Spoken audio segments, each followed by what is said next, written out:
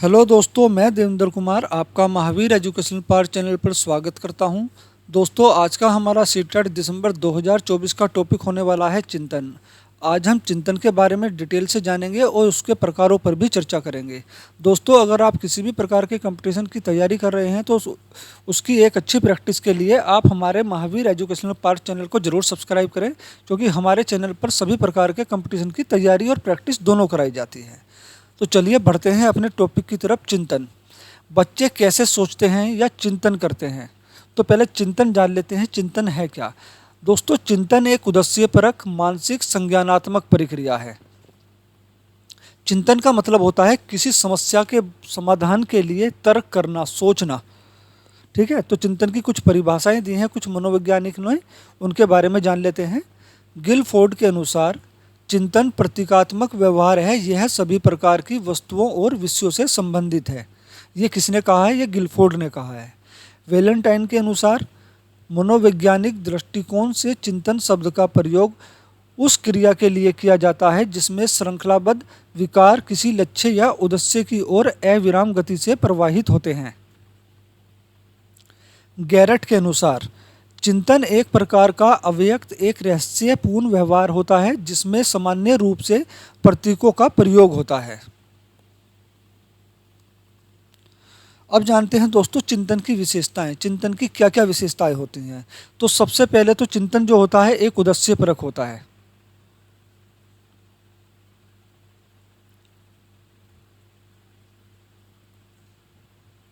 चिंतन क्या होता है? चिंतन उद्देश्यपरक होता है। दूसरा, समस्या समाधान पर आधारित होता है।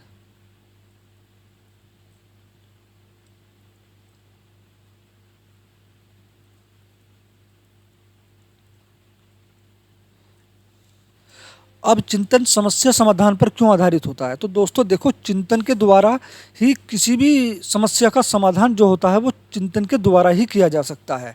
ठीक है, जब व्यक्ति का व्यवहार जब उसे कोई खास संतुष्टि प्रदान नहीं करता या कोई सुख नहीं देता तो फिर समस्या उत्पन्न होती है।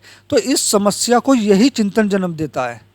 ठीक है, इस समस्या को यही चिंतन जो है जन्म देता है और ख़त्म करता है। और दोस्तों तीसरा है, चेतन अवस्था में गठित होता है।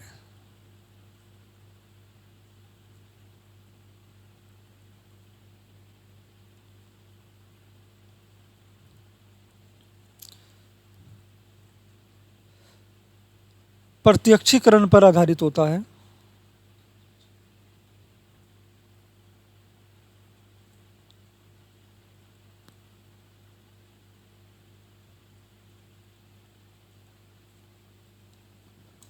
प्रत्यक्षीकरण का मतलब होता है प्रत्यक्ष रूप से किसी वस्तु को देखना।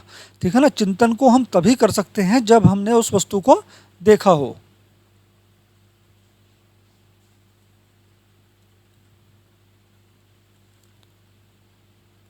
चिंतन को हम तभी कर सकते हैं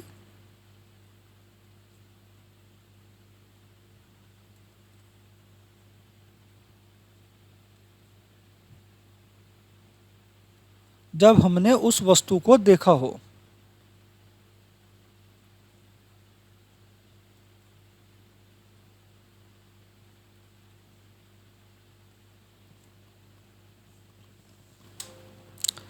अगला है दोस्तों चिंतन के तत्व। चिंतन के कौन कौन से तत्व होते हैं? तो सबसे पहला होता है प्रत्यक्षीकरण। प्रत्यक्षीकरण के बारे में मैंने अभी आपको बताया। हमने जिस वस्तु या समस्या के बारे में हमें चिंतन करना है, हमें उस वस्तु या समस्या को हमने प्रत्यक्ष रूप से देखा हो। दूसरा है वस्तु। तीसरा है चिन्ह। चिन्ह मतलब प्रतीक। चौथा है विचार। पांचवा है भाषा। तो चिंतन के कितने तत्व हैं? चिंतन के 5 तत्व हैं। इस बात का ध्यान रखना, प्रत्यक्षीकरण, वस्तु, चिन्ह, विचार, इन चारों को भाषा जोड़ती है।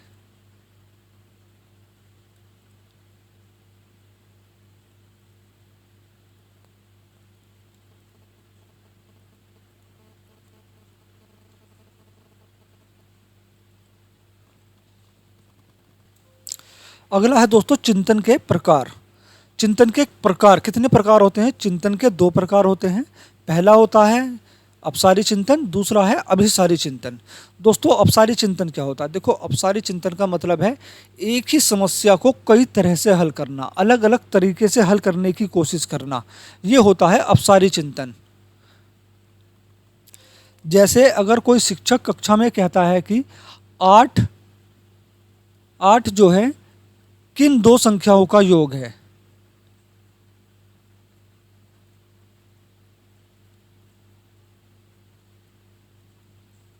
तो यहां पर क्या होगा, सभी बच्चे जरूरी नहीं एक सा उत्तर दें, है ना। आठ कई संख्या ऐसी हैं, कई अंक ऐसे हैं जिसका योग आठ होता है। जैसे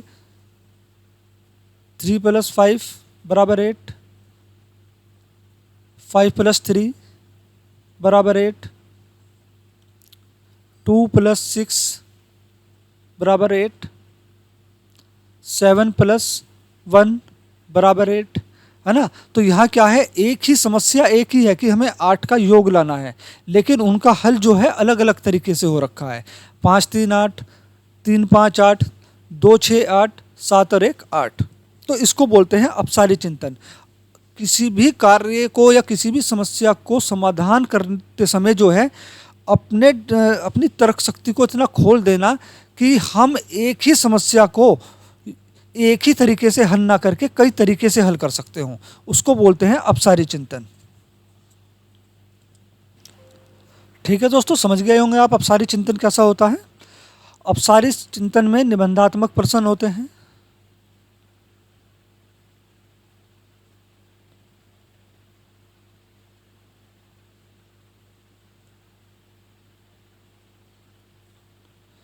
निगमनात्मक प्रश्न होते हैं, या फिर निगमनात्मक चिंतन भी कह सकते हैं। निगमनात्मक चिंतन कैसा चिंतन होता है? ये अपसारी चिंतन होता है, और अपसारी चिंतन बहुत ही सकारात्मक और अच्छा होता है, पॉजिटिव होता है सीटेट के अकॉर्डिंग।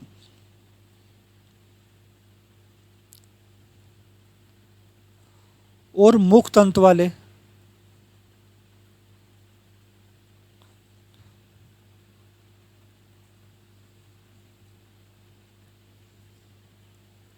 प्रश्न को अपसारी चिंतन कहते हैं।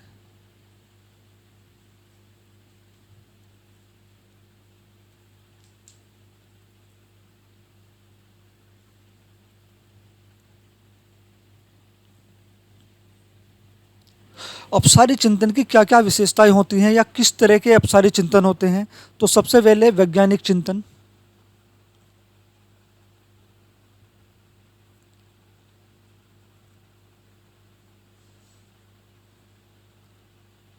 वैज्ञानिक चिंतन का मतलब है एक ही कार्य को विभिन्न तरीकों से करना, अलग अलग तरीके से करना, या एक ही समस्या को अलग अलग तरीकों से हल करना, वैज्ञानिक चिंतन।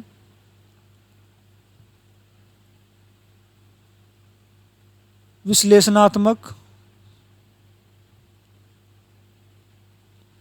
विश्लेषणात्मक चिंतन, ये सरल से कठिन की ओर अग्रसर होता है। सरल से कठिन।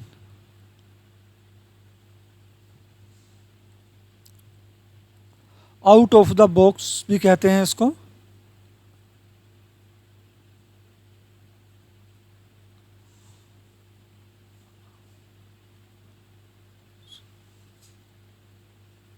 आउट ऑफ द बॉक्स का मतलब है हटकर सोचना, ठीक है ना। एक बंधे हुए एक सीमित उत्तर के अलावा खुलकर सोचना, उससे बाहर जाकर सोचना।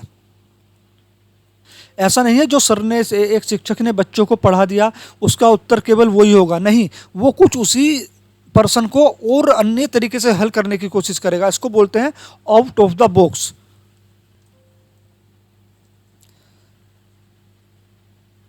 सृजनात्मक चिंतन,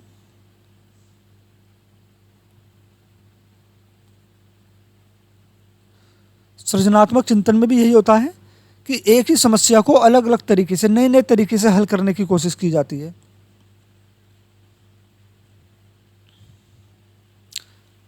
पार्श्विक चिंतन,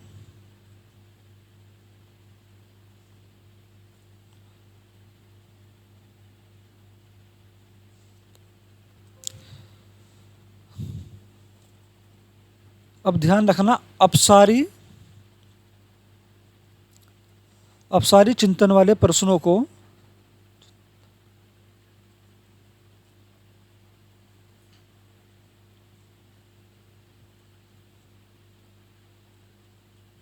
निबंधात्मक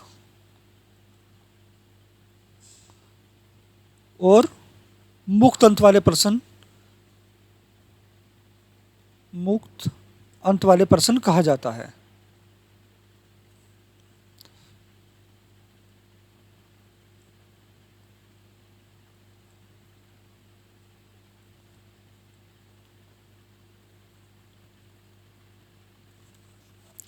और दोस्तों, कक्षा में एक शिक्षक को बच्चे से हमेशा इसी तरह के प्रश्न पूछने चाहिए, ठीक है ना, जिससे बच्चे के जो है ज्ञान चक्षु खुलें, ठीक है, उसको तर्क करने का मौका मिले, बच्चा तर्क करे। वो कैसा तर्क करेगा, किस प्रकार का चिंतन करेगा, अपसारी चिंतन करेगा। तो इस तरह के ही एक अध्यापक को कक्षा में बच्चे से प्रश्न पूछने चाहिए।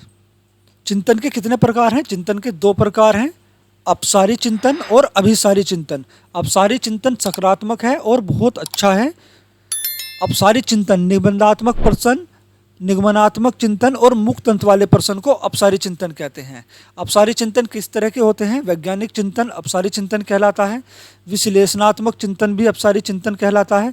सरल से कठिन की ओर जाना भी अपसारी चिंतन कहलाता है। Out of the box, leak से हटके सोचना, है ना। ऐसा नहीं है कि टीचर ने कुछ बता दिया तो बस अब गाड़ी वहीं अटक गई, उससे आगे कुछ नहीं। जो एक शिक्षक ने बच्चे को बता दिया केवल वही उत्तर होगा, वही सही होगा, नहीं। बच्चा अपने आप से तर्क करेगा, चिंतन करेगा, उसको और भी तरीके से हल करने की कोशिश करेगा, उसका दूसरा उत्तर भी ढूंढने की कोशिश करेगा। इसको बोलते हैं आउट ऑफ द बॉक्स। तो सृजनात्मक चिंतन, किसी समस्या को अलग अलग तरीके से हल करना सृजनात्मक चिंतन कहलाता है। ये सब क्या है? ये सब अपसारी चिंतन है, पार्श्विक चिंतन। ठीक है दोस्तों, अब चलते हैं अभिसारी चिंतन की तरफ। अभिसारी चिंतन दोस्तों आगमनात्मक,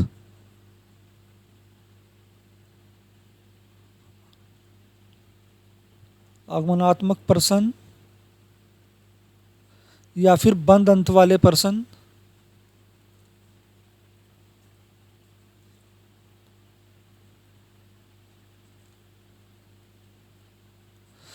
कैसे चिंतन कहलाते हैं? ये कहलाते हैं अभिसारी वाले चिंतन वाले प्रश्न। ठीक है, आगमनात्मक प्रश्न और बंद अंत वाले प्रश्न किस तरह के प्रश्न हैं? ये अभिसारी चिंतन वाले प्रश्न हैं। अब अभिसारी चिंतन होता क्या है दोस्तों? यहाँ अभिसारी चिंतन का मतलब है एक निश्चित उत्तर, एक सीमित उत्तर। ठीक है, यहाँ एक प्रश्न, अगर एक कक्षा में एक शिक्षक बच्चों से कोई भी प्रश्न पूछेगा तो उसका जो है सभी बच्चे एक ही उत्तर देंगे, क्योंकि उसका एक ही उत्तर होता है। इसको बोलते हैं अभिसारी चिंतन। अभिसारी चिंतन वाले प्रश्नों का उत्तर जो होता है वो सीमित होता है। ठीक है, वो बिल्कुल निश्चित होता है और सीमित होता है, उसको बोलते हैं अभिसारी चिंतन। अब अभिसारी चिंतन कैसा होता है? रूढ़िवादी चिंतन भी, रूढ़िवादी, रूढ़िवादी चिंतन कहने का मतलब है परंपरा के अकॉर्डिंग चलना, इससे अलग ना सोचना। अब अभिसारी चिंतन में क्या होता है? अपसारी चिंतन में रूढ़िवादी चिंतन को तोड़ दिया जाता है, इसकी दीवारों को तोड़ दिया जाता है, जो परंपरा बनाई जाती है उसको तोड़ दिया जाता है, बच्चा उससे बाहर निकलने की कोशिश करता है। जबकि रूढ़िवादी चिंतन में बच्चा जो है इसी के अंदर रह जाता है। ठीक है, परंपरा नहीं तोड़ेंगे, चाहे कुछ भी हो जाए, उसी परंपरा के अंदर रह जाता है। संश्लेषणात्मक चिंतन,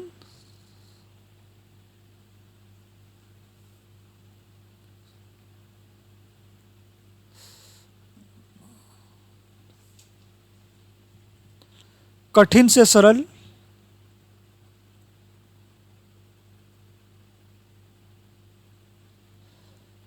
इन द बॉक्स,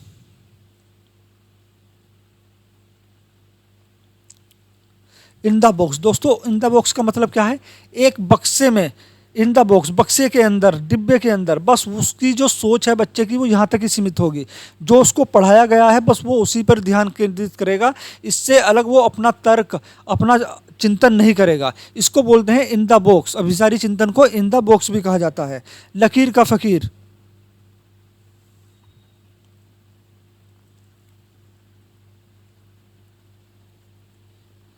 कुएं का मेंढक,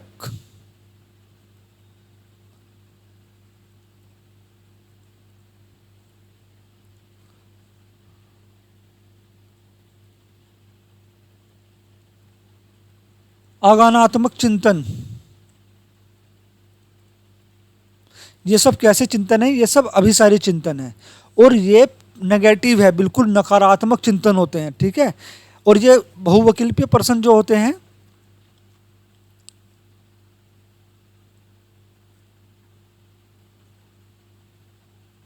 बहुविकल्पीय प्रश्न जो होते हैं वो कौन से चिंतन कहलाते हैं? वो अभिसारी चिंतन कहलाते हैं।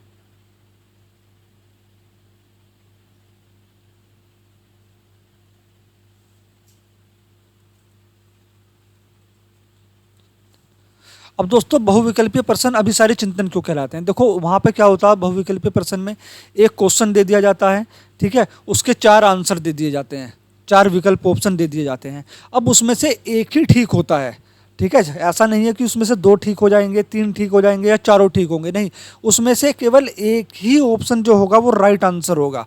तो सभी बच्चे उसी राइट आंसर को लगाएंगे या किसी और को भी लगाएंगे, लेकिन राइट आंसर तो केवल एक ही होगा और जिसको पता होगा वो सब राइट आंसर लगाएगा। तो यहाँ पर सभी बच्चे एक ही उत्तर को राइट करेंगे।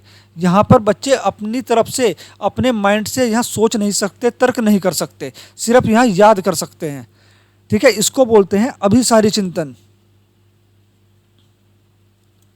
ठीक है दोस्तों। अब आप समझ गए होंगे अपसारी चिंतन जो होता है वो सकारात्मक है, पॉजिटिव है और बहुत अच्छा होता है, जबकि अभिसारी चिंतन क्या होता है, ये नकारात्मक है और बहुत बेकार होता है।